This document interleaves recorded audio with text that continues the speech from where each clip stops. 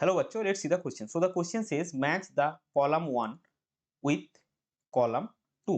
तो यहाँ पे हमारे पास कॉलम 1 और कॉलम 2 है। कॉलम 1 के ABCD में हमारे पास 4 डाटा है, कॉलम 2 के PQRS में हमारे पास 4 डाटा है। तो कॉलम 1 के ABCD के साथ कॉलम 2 का PQRS में क्या मैच करेगा, ये जो ऑप्शंस हमको गिवन है उसके हिसाब से देखना पड़ेगा। तो कॉलम 1 में A में हमारे पास है P0 माइनस PS, B में एक इक्वेशन है P0 into XA is equal to PA, C में हमारे पास है mixture that boils like a pure solvent एक स्टेटमेंट, और डी में है वैंट ऑफ फैक्टर। कॉलम 2 के पी में है observe qualitative property by normal qualitative property, Q में आपका है lowering of vapour pressure, R में आपका है एजिट्रोपिक मिक्सचर एंड एस में आपका है राउल्ट्स लॉ। तो जो भी data A B C D and P Q R S में हमको गिवन है वो जनरली वैंट ऑफ फैक्टर और राउल्ट्स लॉ के कॉरस्पॉन्डिंग में है। तो उसी को हम इस क्वेश्चन का की कॉन्सेप्ट लिखेंगे। सो की कॉन्सेप्ट इस क्वेश्चन का होगा Raoult's law and वैंट of factor. अभी हम एक के बाद एक सॉल्व करें। तो कॉलम 1 के ए में जो है वो आपका है P0 माइनस PS। तो यहाँ पे P0 जो है, P0 आपका है vapour pressure of pure solvent, और PS जो आपका है वो है वेपर प्रेशर ऑफ सॉल्यूशन। और हमको पता है कि जब भी हम सॉल्वेंट में कोई सॉल्यूट डिजॉल्व करते हैं तो सॉल्यूशन का जो वेपर प्रेशर है वो हमेशा प्योर सॉल्वेंट के वेपर प्रेशर से कम होता है, यानी कि वेपर प्रेशर जो होता है वो लोअर्ड होता है। तो यही जो टर्म है इसको हम बोलते हैं लोअरिंग ऑफ वेपर प्रेशर, जो कि कॉलम 2 के क्यू में गिवन है। सो कॉलम 1 के ए के साथ कॉलम 2 का मैच करता है आपका क्यू। अभी चलते हैं बी में।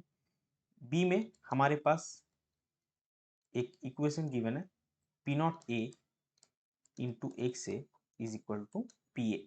ये जो है ये आपका मैथमेटिकल इक्वेशन ऑफ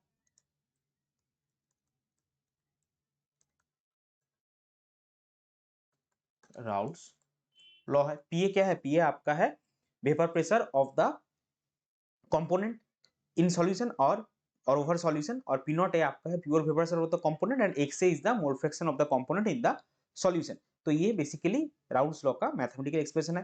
तो बी कॉलम 1 के बी के साथ आपका मैच करेगा कॉलम 2 का एस। कॉलम 2 के एस में आप देखिए राउल्ट्स लॉ गिवन है। अभी चलते हैं कॉलम 1 की सी में जो स्टेटमेंट है that mixture that boils like pure solvent, mixture that boils like pure solvent, इसको हम बोलते हैं एजियोट्रोपिक मिक्सचर। एजियोट्रोपिक मिक्सचर जो कि आपका कॉलम 2 के आर पे है। तो सी के साथ आपका मैच किया आर, और लास्ट में बचा हुआ डी। डी में आपका क्या है? वैंट ऑफ फैक्टर। अभी देखिए जो भी क्वालिटेटिव प्रॉपर्टीज हमने पढ़ा है उसमें हम एक क्या कंसीडर करते थे कि जो सॉल्यूट हम डिसॉल्व कर रहे हैं वो नॉन इलेक्ट्रोलाइटिक है, यानी कि सॉल्वेंट में जाके उसका डिसोसिएशन या एसोसिएशन कुछ भी नहीं होगा। तो वैंट ऑफ फैक्टर क्या होता है? मान लीजिए आपने जो थ्योरेटिकल कैलकुलेशन हम करते हैं उसमें हम ये कंसीडर करते हैं कि सॉल्यूट पार्टिकल्स का एसोसिएशन या डिसोसिएशन नहीं होता।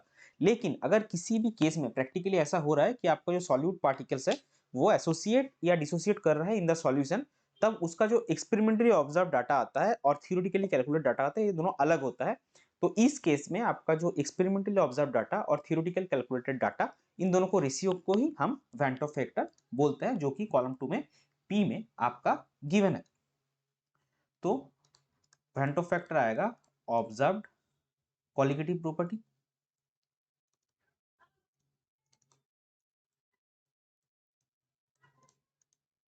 Divided by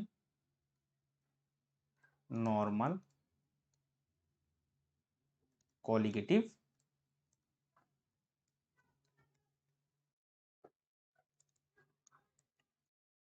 property. तो कॉलम 1 के डी के साथ आपका मैच करेगा कॉलम 2 का पी। तो अगर हम समराइज करके लिखे किसके साथ क्या मैच कर रहा है, तो ए के साथ आपका मैच किया क्यू, बी के साथ आपका मैच किया एस, सी के साथ आपका मैच किया आर और डी के साथ आपका मैच किया पी। सो ये जो है ये ऑप्शन 1 में गिवन आप देख सकते हैं। ऑप्शन 1 में क्या है आपका, ए के साथ क्यू, बी के साथ एस, सी के साथ आर और डी के साथ पी। सो इस पर्टिकुलर क्वेश्चन के लिए आपका करेक्ट फाइनल आंसर हो जाएगा option 1। I hope you understood it well. Best of luck. Thank you.